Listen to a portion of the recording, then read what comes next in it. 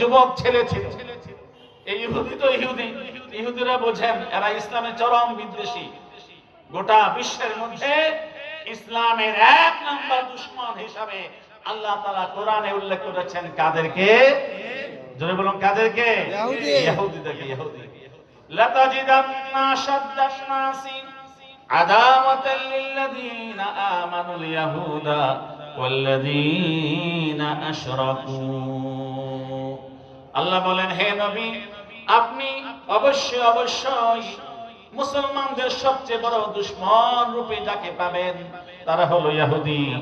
এরপরে সেকেন্ড দুশমন হলো মুশরিক, যারা শিরকে লিপ্ত। এক নাম্বার দুশমন হলো ইসলামের মুসলমানদের কারা? ইহুদিরা।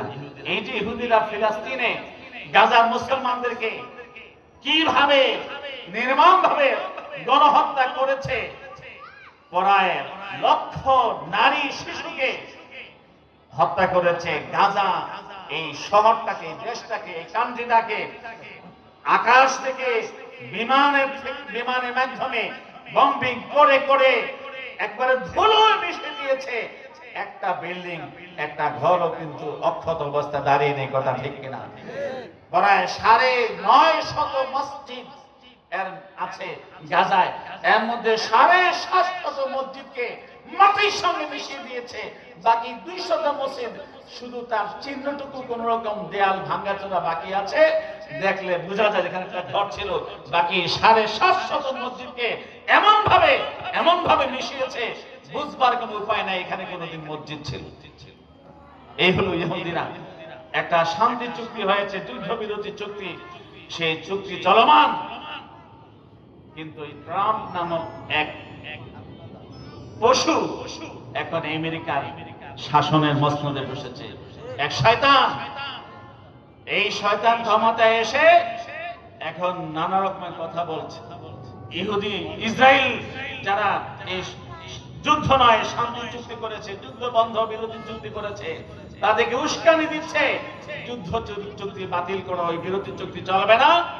আর বলতেছে যে গাজা এটাকে, এই ফিলিস্তিন মুক্ত করে এটাকে নাকি তারা আবাদ করবে, এটাকে তারা উন্নত করবে, এটার মালিকানা আমেরিকা নাকি দখল করবে। ভাবখানা এমন যেন গোটা পৃথিবী তার যেখানে খুশি সেখানে সে তার উপনিবেশ কায়েম করবে, যেখানে খুশি সেখানে তার দেশের রাজত্ব কায়েম করবে। মানে একটা ভাব দেখাচ্ছে, কথা ঠিক কিনা বলেন? আর এগুলো দেখাচ্ছে আমাদের মুসলমানদের বিমুখিতা, উদাসীনতার কারণে, আমাদের মুসলমানদের ঐক্যহীনতার কারণে, আমাদের মুসলমানদের ঈমানের দুর্বলতার কমজোরির কারণে, কথা ঠিক কিনা? আলহামদুলিল্লাহ এখন পর্যন্ত সৌদি আরব, মিশর, কাতার, জর্ডান, টার্কি তার এই ধরনের আস্ফালনের প্রতিবাদ করে আসছে, কিন্তু কতদিন করতে পারবে আল্লাহ ভালো জানে।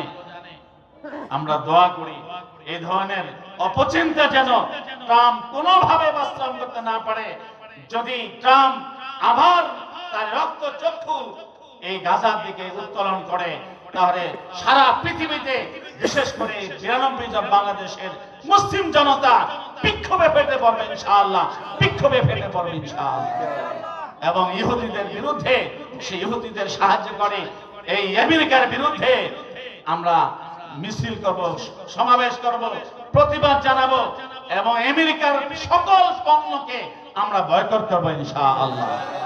মোহতারাম হাজিরিন, আপনারা জানেন সেই গাজার যুদ্ধের পরে সারা পৃথিবীতে, বিশেষ করে আমাদের বাংলাদেশে যখন এই আমেরিকান পণ্য বর্জন হয়েছে, ইহুদি পণ্য বর্জন হয়েছে, পত্রিকার পাতে আমরা দেখেছি সেই ইহুদি আর আমেরিকানদের বহু ব্যবসা বাণিজ্য বাংলাদেশে লেজ গুটে চলে গেছে, কথা ঠিক কিনা? আমাদের টঙ্গীতে যে হকে বিশাল কোকা-কোলার গোডাউন ছিল, এরা ব্যবসা লাল বাতি জ্বলে গেছে, এরা গোডাউন সাইডে চলে গেছে। এরকম বহু জায়গা থেকে তাদের ব্যবসা কিন্তু গুটিয়ে যেতে বাধ্য হয়েছে। কাজেই আমার মুসলমানরা কিন্তু সেই কোকা-কোলা খাওয়া শুরু করে দিয়েছে, কথা কয় না? আবার কিন্তু সেই দুশ্মনদের সেই পণ্য কিনতে শুরু করে দিয়েছে। কোনোভাবেই তাদের এই পণ্যকে গ্রহণ করা যাবে না। এটা ঈমানি কর্তব্য, তাদের পণ্যকে বর্জন করতে হবে। আমরা অস্ত্র দিয়ে তাদের আঘাত করার সক্ষমতা রাখি না, কিন্তু তাদের পণ্য কিনে তাদেরকে সাহায্য করার কোনো অর্থ হয় না। Crore crore dollar, million million dollar America ইসরায়েলকে দিচ্ছে, অস্ত্র দিচ্ছে মুসলমানদেরকে বুক ঝাঁঝা করবার জন্য, আর আপনি তাদের পণ্য কিনে কিনে তাদেরকে অর্থনীতি সমৃদ্ধ করছেন। এর চেয়ে গাদ্দারি, এর চেয়ে বেঈমানি কোনো কাম হতে পারে না। কথা ঠিক কিনা? কাজেই আপনার জীবন আমেরিকান পণ্য ছাড়া চলবে কি চলবে না? আপনার জীবন ইহুদিদের পণ্য ছাড়া চলবে কি চলবে না? কাজেই সমস্ত বিধর্মীদের পণ্যকে বর্জন করুন, দেশীয় পণ্য ব্যবহার করে দেশকে সমৃদ্ধ করুন। এটা ঈমানের দাবি, এটা মানবতার দাবি, এটা বিশ্ব উম্মার দাবি। আল্লাহ তাআলা এই দাবি আমাদেরকে পূরণ করার তৌফিক দান করুন। মুহতারাম হাজিরিন, বলছিলাম যে আল্লাহ রাসূল সাল্লাল্লাহু আলাইহি ওয়াসাল্লামের সোহবতে ছিলেন হযরত এক ইহুদির এক ছেলে, তরুণ যুবক। আল্লাহ রাসূল সংবাদ পেলেন ওই তরুণ যুবক অসুস্থ হয়ে পড়েছে। রাসূল তাকে দেখতে গেলেন ওই ইহুদির বাড়িতে। গিয়ে দেখেন মুমূর্ষু অবস্থায় ওই তরুণ যুবক শুয়ে আছে, মুমূর্ষু অবস্থায়, তার জান যাবে যাবে অবস্থা। ঠিক এই মুহূর্তে রাসূল তাকে দেখতে গিয়ে তার সামনে গিয়ে বললেন, এ তরুণ, এ যুবক, আমি তোমাকে আহ্বান জানাচ্ছি, এই মৃত্যুর এই মুহূর্তে তুমি পড়ো আশহাদু আল্লা ইলাহা ইল্লাল্লাহ ওয়া আশহাদু আন্না মুহাম্মাদান আবদুহু ওয়া রাসূলুহু। নবীজি যখনই ওই তরুণ যুবককে বললেন, তরুণ যুবক তার বাপের দিকে তাকিয়ে আছে। কার দিকে? বাপের দিকে তাকিয়ে আছে, যে বাবা ইহুদি, বাবা বা কি বলবে এই কালেমা গ্রহণ করলে। তাকিয়ে এই ছোট এই তরুণ মুমূর্ষু যুবক মুখে কিছু বলে না, কিন্তু বাবা দিকে তাকিয়ে চোখ দিয়ে যেন অনুমতি চাচ্ছে, বাবা তুমি যদি অনুমতি দাও তাহলে মুহাম্মাদের এই কালেমাটা আমি আমার এই জীবন সামনে এই শেষ মুহূর্তে আমি গ্রহণ করি। বাবা যখন ছেলের চোখে এই আহ্বান দেখতে পাইলেন, এই আবেদন, এই আকুতি দেখতে পাইলেন, তখন ইহুদি বললেন, আতি মুহাম্মদ, ঠিক আছে তুমি মুহাম্মাদের কথাই মেনে নাও। বলেন সুবহানাল্লাহ। সঙ্গে সঙ্গে তরুণ বলল, আশহাদু আল্লা ইলাহা ইল্লাল্লাহ ওয়া আশহাদু আন্না মুহাম্মাদান আবদুহু ওয়া রাসূলুহু। বলছে আর পরক্ষণে তার জান কবজ হয়ে গেল, সে ইন্তেকাল করলো। বলেন সুবহানাল্লাহ। মুহতারাম হাজিরিন, বলছিলাম যে ঈমান ওয়ালাদের সোহবত, আল্লাহ ওয়ালাদের সোহবত কিরকম প্রভাবশালী দেখছেন। বাবা ইহুদি, ছেলে তরুণ যুবক, ইসলাম গ্রহণ করে নাই, কিন্তু নবীকে ভালোবাসে, নবীর কাছে আসা যাওয়া করে, যাতায়াত করে। এই যাতায়াতের ওসিলে আল্লাহ তাআলা মৃত্যুর পূর্বক্ষণে ঈমানের দৌলত দান করেছেন। কথা ঠিক কিনা? আজকে আমাদের সমাজে আলেম থেকে বিচ্ছিন্ন হওয়ার চেষ্টা চলছে, আলেম থেকে বিচ্ছিন্ন করবার চেষ্টা চলছে। কথা ঠিক কিনা? এমনকি ধর্মের নামে, ধর্মীয় মেহনতের নামে আলেম থেকে বিচ্ছিন্ন হয়ে মেহনত করার মানসিকতা লোক আছে কিনা? এগুলো হেদায়েত নয়, এগুলো গুমরাহি। কথা ঠিক কিনা?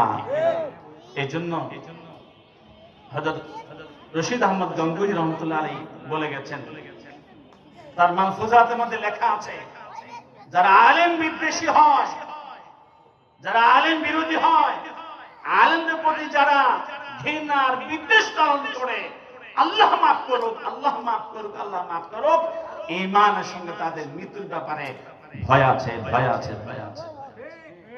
কাজে আসুন আলেম ওলামাদের সোহবত অবলম্বন করি, সালেহিনদের সোহবত অবলম্বন করি। রাসূল সাল্লাল্লাহু আলাইহি ওয়াসাল্লাম বলেছেন, আমি হাদিসটি পড়েছি, আল মারউ মা মান আহাব্বা, তুমি যাকে ভালোবাসবে, যার প্রতি তুমি সৎ ভাবনা, সৎ চিন্তা, সদিচ্ছা লালন করবে, তোমার তার সাথে তোমার হাসর নাচর হবে। বলুন সুবহানাল্লাহ। কাজে আসুন আমরা সালেহিনদেরকে ভালোবাসি। আমরা সালেহ নই, সালেহিনদেরকে ভালোবাসলে হয়তো আল্লাহ তাআলা এই উসিলা আমাদেরকেও সেই সালেহিনদের দলভুক্ত করবেন, এই আশাবাদ ব্যক্ত করে আজকে মাহফিলের সুন্দর সফলতা কামনা করে আলোচনা শেষ করছি। ওয়া আখিরু দাওয়ানা আনিল হামদুলিল্লাহি রাব্বিল আলামিন।